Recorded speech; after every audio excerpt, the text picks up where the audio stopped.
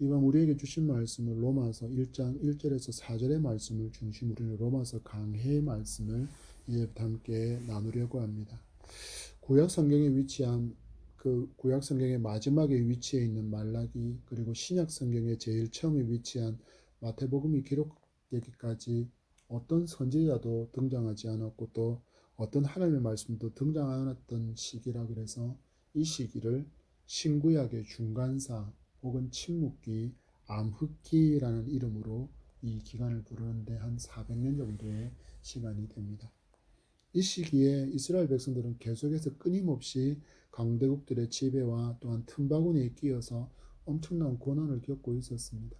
아수르와 바벨론에게 멸망당한 난 후에 페르시아와 그리고 헬라로 불리는 그리스, 그리고 시리아, 이집트, 로마에 이르기까지 그들의 역사는 고난의 눈물로 가득 채워진 역사였다라고 말할 수도 있습니다.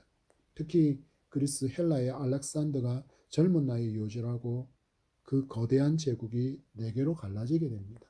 그때 예루살렘을 기준으로 봤을 때 북쪽에 셀루커스라는 이름을 가진 그 알렉산더의 신하가 왕이 된 시리아라는 나라가 거기에 생겨났고, 그리고 예루살렘을 기준으로 남쪽인 이집트를 중심으로 세워진 프톨레미라는 장군이 세운 그 나라가 또 강력한 국가를 이루게 되었습니다. 근데 이 두 나라를 기점으로 보면 이스라엘 백성들이 살고 있었던 예루살렘은 정가운데 놓여 있었습니다. 그래서 늘 침략의 통행로가 되었고, 전쟁이 일어나면 식량과 물자 그리고 여자들이 수탈과 약탈과 겁탈의 대상이 되어지는 슬픔의 시간이었습니다. 그래서 일찍 어린 여자아이를 시집 보내는 조혼 풍습이 이스라엘 백성들 가운데 유행하게 되었고, 성경에 기록된 밭에 감추인 보화의 이야기가 이때 많이 등장하게 됩니다. 북쪽에 셀루커스 왕조가 강성할 때는 북에서 남으로 침략을 받는 그 기점이었고, 또 프톨레미 왕조가 강성할 때는 남에서 북쪽으로 침략하는 그 침략 가운데 있었기 때문에 집에 보관되어져 있는 재산은 내 것이 아니었습니다. 그래서 많은 사람이 자기 소유의 밭이나 자신만이 알 수 있는 그 땅에다가 보화를 항아리에 담아서 숨겨 두었습니다. 문제는 이 항아리의 주인이 그 전쟁 가운데 죽임을 당하면 이 보화의 위치와 또한 존재를 아는 사람이 없었다라는 것입니다.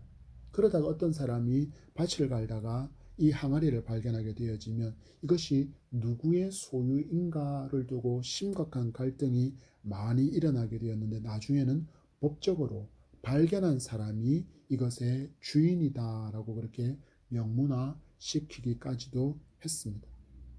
내 것이 아니지만 땅속에 묻힌 보화를 발견하면 내 소유가 되는 것처럼 천국이 마치 이러하다라고 예수님께서 천국 비유를 주시면서 감추인 보화를 말씀하신 것의 배경이 바로 이런 역사를 갖고 있다라는 것입니다. 오늘도 우리는 수요일의 시간을 계속해서 로마서를 강의하며 이어나가려고 합니다. 로마서는 기독교 교리, 기독교 신앙의 기둥이라고 불릴 만큼 기독교에 대해서 잘 설명해 주고 있는 책입니다. 그래서 로마서를 잘 공부하면 비진리에 미혹되거나 이단과 사이비의 거짓된 그 가르침을 분별할 수 있는 커다란 유익도 있고, 또한 복음과 은혜에 대한 바른 가치관을 세우게 될 것입니다. 우리는 로마서를 통해서 복음의 비밀과 내게 베풀어 주신 하나님의 놀라운 은혜를 경험하는 그런 축복의 여정이 되기를 간절히 소망합니다. 로마서는 사도 바울이 기록합니다. 이 글은 AD 56년도에 고린도에 머물면서 로마에 있던 성도들을 위해서 기록되었다라고 기록하고 있습니다. 왜 바울은 그러면 로마에 있는 성도들에게 이 글을 기록할 수밖에 없었는가에 대한 질문은 이 로마서의 내용에서 여러 가지로 찾을 수 있는데, 첫 번째로는 바로 기독교를 계속 적대시하고 방해하고 있던 유대인들의 거짓된 가르침에 대처할 수 있게 하기 위해서 이 로마서를 기록합니다. 두 번째는 이스라엘 백성들이 왜 멸망했는가, 그들이 갖고 있었던 잘못된 불신앙에 대해서 그들의 잘못된 불신앙의 모습은 이러했다라는 것을 가르쳐 주기 위해서, 그리고 예수를 믿은 후에 성도는 어떤 삶을 살아야 하는지, 또한 예수를 믿은 사람은 복음을 체험하는 삶을 살아야 한다라는 가르침을 주기 위해서 이 로마서를 사도 바울이 기록했다라는 것입니다. 어떤 사람들은 법에 대해서 그렇게 긍정적이지 않습니다. 왜냐하면 왜 법이 있어서 이렇게 내 삶을 구속하고 힘들게 만들지? 이 법 때문에 내 자유를 빼앗기는 것 아니야 라고 그렇게 항변하는 사람이 있습니다. 그런데 법이 있음으로 인해서 자신이 그 법의 테두리 안에서 지금 보호받고 있다는 사실들을 모르는 것입니다. 또한 법으로 인해서 자유를 누리고 있다는 사실 또한 그는 몰라서 이런 항변을 합니다. 사람들은 보통 모든 것을 할 수 있어야만 자유라고 생각하지만 그건 결코 자유가 될 수 없습니다. 왜냐하면 자유에는 반드시 책임과 의무가 따르기 때문입니다. 예수님은 성도의 자유에 대해서 이렇게 알려주셨습니다. 요한복음 8장 32절 말씀에 진리를 알지니 진리가 너희를 자유롭게 하리라. 아멘. 성도는 진리이신 예수 그리스도를 만나야만 참 자유자의 삶을 살 수 있다는 선언입니다. 왜냐하면 사람이 예수 그리스도를 모르고 믿지 않으면 죄의 올무에서 결코 벗어날 수 없기 때문입니다. 그래서 예수를 믿지 않으면 여전히 마귀의 종으로 저주의 인생을 살아가는 존재가 인간이기 때문에 이 저주를 벗고 참 자유의 삶을 살기 위해서 모든 인간은 누구를 오직 예수 그리스도를 구원자로 믿어야만 한다는 것을 이렇게 선언하고 있는 것입니다. 1절에 이렇게 이야기합니다. 예수 그리스도의 종 바울은 사도로 부르심을 받아 하나님의 복음을 위하여 택정함을 입었다라고 그는 말합니다. 사도 바울은 로마 성도들에게 자신을 종으로 표현하고 있습니다. 로마 시대 노예는 법적으로 허락이 되었고 주인의 소유물이었습니다. 노예들은 대부분 전쟁의 포로 출신들이었고 자신의 의지가 아니라 강제적으로 노예가 된 사람들이었습니다. 그에 반해 바울은 그렇지 않았습니다. 스스로 메시아이신 예수 그리스도의 종이 되기로 선택한 사람입니다. 거기에 더해 바울은 사도로서 하나님의 복음을 이방에 전하는 그릇으로 부름을 받았다고 누가는 기록하고 있습니다. 사도행전 9장 15절 말씀에 주께서 이르시되 가라. 이 사람은 내 이름을 이방인과 임금들과 이스라엘 자손들에게 전하기 위하여 택한 나의 그릇이라. 아멘. 로마서 1장 1절과 사도행전 9장 15절에서 우리가 주목해야 될 한 단어가 있습니다. 바로 택함입니다. 하나님은 특별한 계획을 위해서 사도로 바울을 불렀다라는 것을 이야기하고 있습니다. 여러분 생각해 보십시오. 사도가 누구입니까? 예수께서 직접 택하신 12명의 제자입니다. 바울이 이 로마서를 기록할 때는 예수께서 부활 승천하시고 무려 23년의 시간이 흐른 뒤였습니다. 초대교회에서 사도가 가진 위치를 분명히 알고 있는 바울입니다. 그런데 그 바울이 자신을 사도라고 소개하기 전에 종으로 자신을 소개하고 있습니다. 이것은 지금 시대에 많은 성도가 잃어버리고 있는 삶의 모습입니다. 우리는 고민해야 됩니다. 교회 안에서 분란이 어떤 이유로 일어나는가? 보통의 이유는 나를 알아주지 않는다가 주된 이유이고 또한 교회에서 내 직분이 이런데 왜 무시하느냐가 주된 이유라고 말할 수 있습니다. 만약에 바울처럼 자신이 예수 그리스도의 종이라는 사실을 진실로 믿고 공동체 안에서 오직 예수 그리스도만이 주인이시고 머리가 되신다는 이 진리를 믿고 따르고 살았다면 지금 교회 공동체에서 일어나는 그 대부분의 분란과 분쟁은 잦아들고 사라지게 될 것입니다. 적어도 오늘 말씀을 듣는 여러분은 사도 바울처럼 고백하며 이 마음가짐으로 살아갈 수 있게 되기를 축복합니다. 바울은 하나님의 복음을 위하여 택함을 받은 사도라고 자신을 위해서 소개하고 있습니다. 이 말의 또 다른 의미는 로마의 성도들에게 보내는 글의 모든 것이 그리스도가 그 시작점이다. 그리스도로 말미암아 이것들이 기록되고 있다는 것을 알려주는 것입니다. 예수 그리스도의 종이라고 자신을 표현하는 바울입니다. 당시 종은 주인의 명령이 아니면 그 어느 것도 마음대로 할 수 없는 존재라는 것을 로마 사람들은 다 알고 있었습니다. 그것도 너무 잘 알고 있었습니다. 왜냐하면 주변에서 주인들이 종들을 어떻게 취급하는지 그들은 눈으로 직접 보고 듣고 있기 때문입니다. 또 거리에서 매 맞아 죽어가는 노예들을 그들은 끊임없이 보고 있기 때문입니다. 그런데 지금 바울은 이 글이 자신을 감동케 한 성자 하나님의 역사라는 사실들을 알려주고 있는 것입니다. 우리 스스로에게 질문해 봅시다. 성도는 누구입니까? 성도가 누구입니까? 바울처럼 하나님의 나라와 의를 위해서 복음을 들고 열방으로 달려갈 사명을 가지고 자녀로 부름을 받은 사람이 바로 성도입니다. 그런데 이 성도들이 가장 많이 오해하는 영역이 있다면 바로 하나님의 일에 관련된 것이라 할 수 있습니다. 교회 공동체 안에는 많은 직분이 있고 또 많은 역할도 분명히 필요합니다. 그래서 교회 안에서 찬양이나 기도 혹은 가르치는 일에 조금 두각을 나타내거나 사역에 열매가 있어서 그들이 맡은 반에 부흥이 일어나면 많은 사람이 이 사람을 향해서 목회자가 돼서 주의를 감당하면 좋겠네 하는 생각을 가지고 넌지시 이런 뜻을 흘리기도 합니다. 야, 너 목회자 되면 좋겠다. 여러분, 하나님은 성도를 제자로 부르시지만 모두를 목회자로 부르지는 않습니다. 그래서 각 사람에게는 그에게 합당한 재능을 주셔서 열매를 맺게 하십니다. 만약에 학생이라면 열심히 공부하는 것이 하나님의 일입니다. 직장인이라면 회사의 발전을 위해서 열심히 일하는 것이 하나님의 일입니다. 주부라면 가정의 안녕과 가족의 건강을 위해서 최선을 다하는 것 역시 하나님의 일입니다.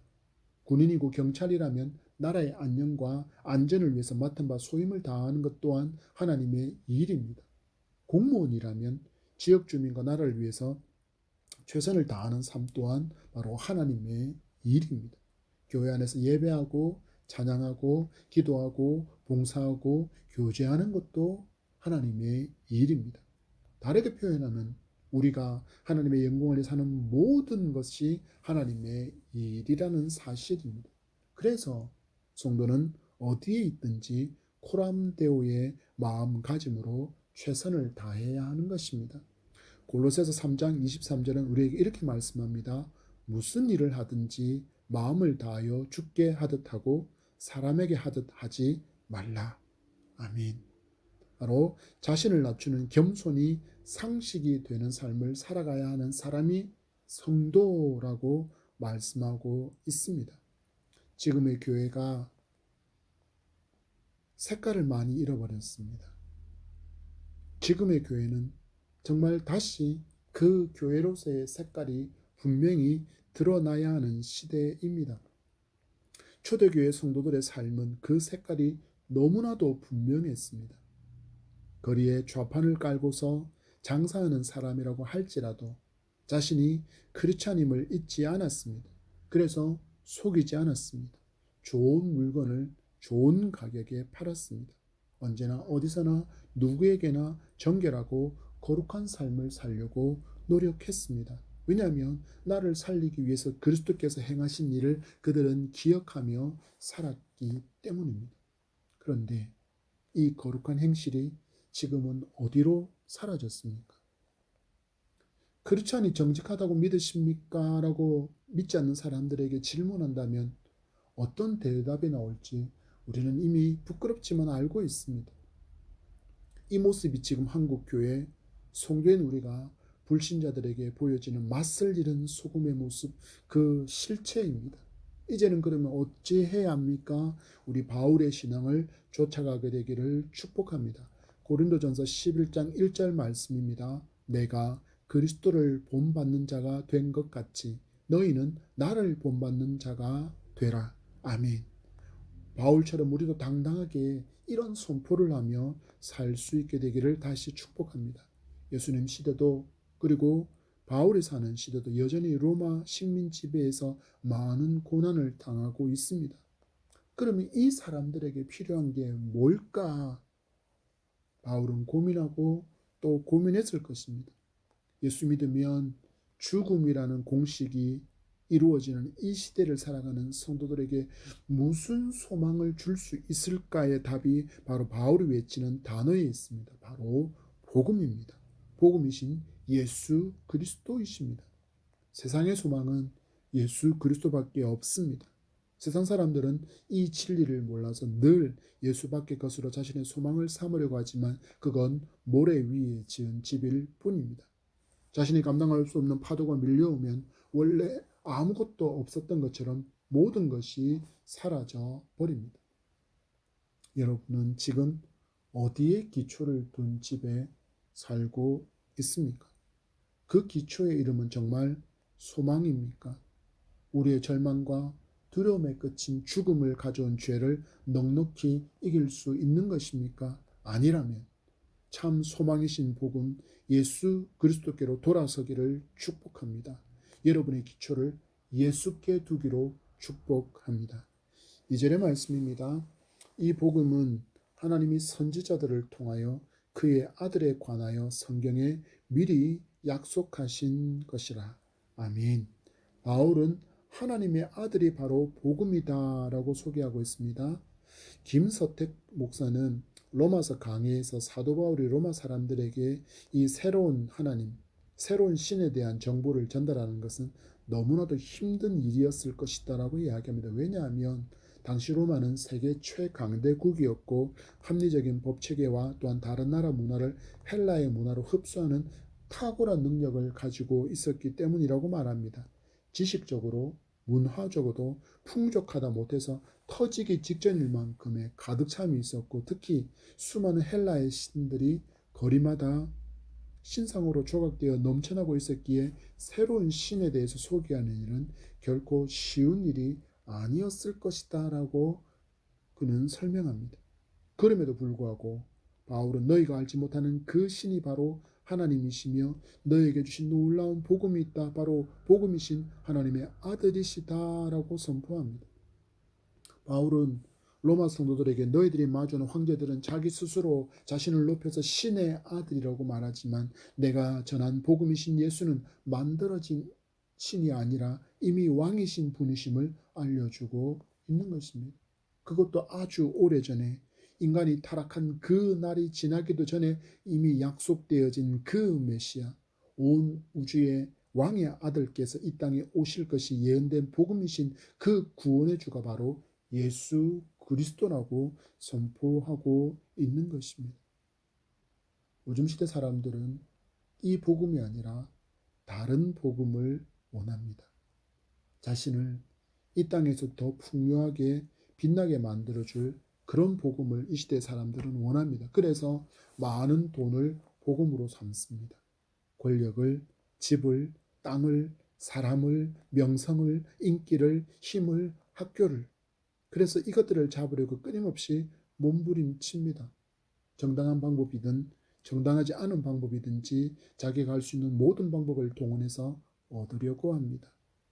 우리 대통령 후보나 장관 후보로 등록된 사람이 그들이 대통령 후보가 되거나 장관 후보가 되었을 때 어떤 일을 만나게 되는지 우리 보고 있지 않습니까? 온 가족이 자신들의 모든 사생활과 치부가 그 부끄러움들이 온 백성들에게 알려지고 있습니다. 얼마나 수치스러운 일입니까? 그런데 당사자들의 반응을 보면 꼭 그렇지도 않은 것 같습니다. 지금 잠깐 수치스럽지만 내가 권력을 잡으면 다 없던 일처럼 만들고 이렇게 모든 일이 알려지게 만든 그 사람들을 내가 가만히 내버려 두지 않으리라고 말하는 것 같습니다. 왜 이렇게 살까요? 왜 이렇게 살아갈까요? 그들은 가짜 복음을 진짜 복음이라 여기면서 그것만을 추구하며 살기 때문입니다. 그들은 알지 못합니다. 언젠가는 무너지고 사라지고 없어질 아무것도 아니라는 사실을 그들은 모릅니다. 로마는 기독교를 말살하려고 했습니다. 고문과 창칼로 핍박하면 무릎 꿇고 빌 것이라 여겼고 언젠가는 이 기독교가 안개처럼 그렇게 사라질 것이라고 여겼는데 그 기독교에 오히려 로마가 무릎을 꿇었습니다. 왜입니까? 그들이 외친 복음은 거짓이었고 그들의 신은 가짜였기 때문입니다. 우리가 성도로 사는 것 힘드십니까? 그렇다면 오늘 말씀 앞에 우리 진지하게 고민할 수 있기를 소망합니다. 그리고 질문해 보시기를 바랍니다. 나는 하나님이 선지자들을 통해서 보내주시겠다고 약속하신 바로 그 메시아이신 예수 그리스도를 진정한 나의 구주로 참 복음으로 믿고 있는가 하고 우리가 질문할 수 있기를 바랍니다. 3절의 말씀입니다. 그의 아들에 관하여 말하면 육신으로는 다윗의 혈통으로 나셨다. 아멘. 하나님의 아들 예수 그리스도는 이 땅에 인간의 몸으로 오셨는데 다윗의 후손으로 오셨습니다. 왜일까요? 성경이 이것을 예언하고 있기 때문입니다. 바로 이 예언의 성취로 예수 그리스도는 다윗의 후손으로 오신 것입니다. 성도가 하나님의 말씀을 잘 알아야 하는 이유가 여기에 있습니다. 성경을 진지하게 공부하고 연구해 보면 예수에 관한 예언이 얼마나 정확하게 성취되었는지를 알 수 있습니다. 많은 사람이 이야기합니다. 성경은 허구야, 성경은 가짜야. 심지어 자유주의 신학자들은 성경에서 일부분만이 진리이고 나머지는 신화다라고 말합니다. 이들에게 지금까지 영향력을 끼치고 있는 영지주의자들 때문입니다. 그들은 이렇게 주장합니다. 물질은 악하고 정신은 선하다. 그래서 선하신 하나님께서는 결코 악한 세계를 창조하셨을 리가 없다. 이 영지주의자들의 일부는 역사적인 예수는 단지 인간이었던 것이라고 예수 그리스도의 신적인 존재 자체를 부정하는 가현설이라는 도케티즘이라고 불리는 가현설을 주장했습니다. 그 말은 하나님은 선하시기에 죄악된 육체를 입고 이 땅에 오실 수 없으며 또 영원하신 하나님께는 죽음이 있을 수 없기에 예수 그리스도는 하나님이 아니다라고 이야기합니다. 그래서 그리스도는 예수라고 하는 영적인 탁월한 인간과 일시적으로 잠깐 결합했던 그런 어려운 말로 병존 상태로 있다가 십자가 사건 전에 바로 원래 있었던 그 하늘로 올라갔다라고 주장하는 것이 바로 이 가현설 도케티즘이라는 영지주의자의 주장입니다. 얼마나 이들의 주장이 헛된 것인지를 쉽게 아는 방법은 바로 성경을 통하여서 역사적인 증거를 찾아보는 것입니다. 특히 성경 가운데 다니엘서는 이 중동의 역사를 너무나도 정확하게 예언하고 있고 그 예언대로 모든 역사가 진행되었다는 사실들을 우리는 발견할 수 있습니다. 바벨론과 아수르의 역사, 그리고 페르시아와 그 너머 헬라와 그리고 시리아, 그리고 그 앞에서 아까 했던 프톨레미 왕조, 셀루쿠스 왕조, 그리고 그 후에 일어날 로마의 역사까지 다니엘서에 모두 정확하게 기록되어 있다는 것을 우리는 공부하면 알 수 있습니다. 믿음은 바로 말씀대로의 믿음이라는 사실들을 성도는 분명히 알아야 합니다. 이 시대에 많은 사람들이 신앙을 마치 감정처럼 이야기합니다. 어떤 느낌이라고 이야기를 합니다. 심지어 어떤 신비한 음성을 듣는 것이라고 이야기합니다. 그러나 더 중요한 것은 하나님 말씀임을 믿고 순종할 때 말씀의 역사가 내 삶의 현실로 나타난다는 사실들을 믿는 것입니다. 로마서 10장 13절에서 15절의 말씀을 읽어드립니다. 누구든지 주의 이름을 부르는 자는 구원을 받으리라. 그런즉 그들이 믿지 아니하는 이를 어찌 부르리요? 듣지도 못한 이를 어찌 믿으리요? 전파하는 자가 없이 어찌 들으리요? 보내심을 받지 아니하였으면 어찌 전파하리요? 기록된 바 아름답도다 좋은 소식을 전하는 자들의 발이여 함과 같으니라. 아멘. 내가 경험하지 않은 예수를 우리는 어떻게 담대하게 전할 수 있겠습니까? 이 좋은 예수, 나를 사랑하사 나를 위하여 당신의 목숨을 버리신 예수를 내가 경험하지 못했는데 어떻게 예배가 감격이 되며 찬양이 감사가 되며 기쁨이 될 수 있겠습니까? 그래서 우리는 말씀 가운데 이 살아계신 예수를 듣고 보고 만나게 되기를 축복합니다. 4절의 말씀입니다. 같이 읽겠습니다. 성결의 영으로는 죽은 자들 가운데서 부활하사 능력으로 하나님의 아들로 선포되셨으니 곧 우리 주 예수 그리스도시니라. 아멘. 기독교 신앙에서 빼놓을 수 없는 진리가 있다면 바로 부활입니다. 예수의 부활이 없다면 우리는 여전히 죽음의 공포 아래 떨고 있는 삶을 살 수밖에 없기 때문입니다. 구약시대의 대제사장의 이야기를 잠깐 나눠보고자 합니다. 구약시대의 대제사장은 1년에 한 번 지성소 안으로 들어가서 자신의 죄와 백성의 죄를 안고 그 안에 들어가게 되어집니다. 들어갈 때 대제사장은 발목에 방울을 달았고 또 지성소 밖까지 이어진 그런 끈을 발에 묶고 들어가게 되어 있었습니다. 제사를 위해서 대제사장이 지성소 안에서 움직이면 방울 소리가 들렸고, 만약에 일정한 시간이 넘었는데도 방울 소리가 들리지 않는다면 그가 회개하지 못한 죄로 말미암아 죽었다는 뜻이기에 지성소 밖으로 그를 끌어내려고 줄을 발목에 묶어 둔 것입니다. 백성들이 지성소에 들어갔던 대제사장이 살아서 지성소 바깥으로 나오면 어떤 생각을 하게 되었을까요? 아, 대제사장이 살았네라고 생각했을까요? 아닙니다. 하나님께서 우리의 죄를 용서해 주셨구나라는 그 사죄의 기쁨이 가득한 상태가 되었다라는 것입니다. 바로 예수 그리스도의 부활도 그랬습니다. 예수께서 죽음을 이기시고 부활하신 것은 하나님께서 우리의 죄를 용서해 주셨다는 확정이었고, 또한 죽음을 이긴 승리의 메시지였기 때문입니다. 부활의 소망이 없다면 성도들은 마주한 박해와 고문을 이길 수 없었습니다. 그들에게 예수께서 부활하셨다는 확신은 이 죽음도 이기는 능력이 되었고 힘이 된 것입니다. 한마디로 초대교회 성도, 특히 로마의 박해 아래 있던 로마 교회 성도들에게 부활은 참 소망이었습니다. 사도 바울은 선포합니다. 예수 그리스도의 부활은 확실하다. 그리고 부활하신 예수 그리스도를 온 세상이 이제는 하나님의 아들이라는 것을 알 수 있게 되었다. 부활은 역사이고 사실이기 때문이다 라고 지금 선포하고 있습니다. 여러분, 견디지 못할 것 같은 괴로움과 고통의 시간이 인생길에서 너무 많이 찾아온다는 것을 우리는 경험하고 있습니다. 그리고 우리에게는 이 괴로움과 고통을 이길 어떤 힘도 없다는 사실 또한 우리는 경험으로 이미 알고 있습니다. 그렇다면 이제 어찌해야 합니까? 바로 부활의 주여 우리를 온전케 하시는 예수 그리스도를 바라보시기 바랍니다.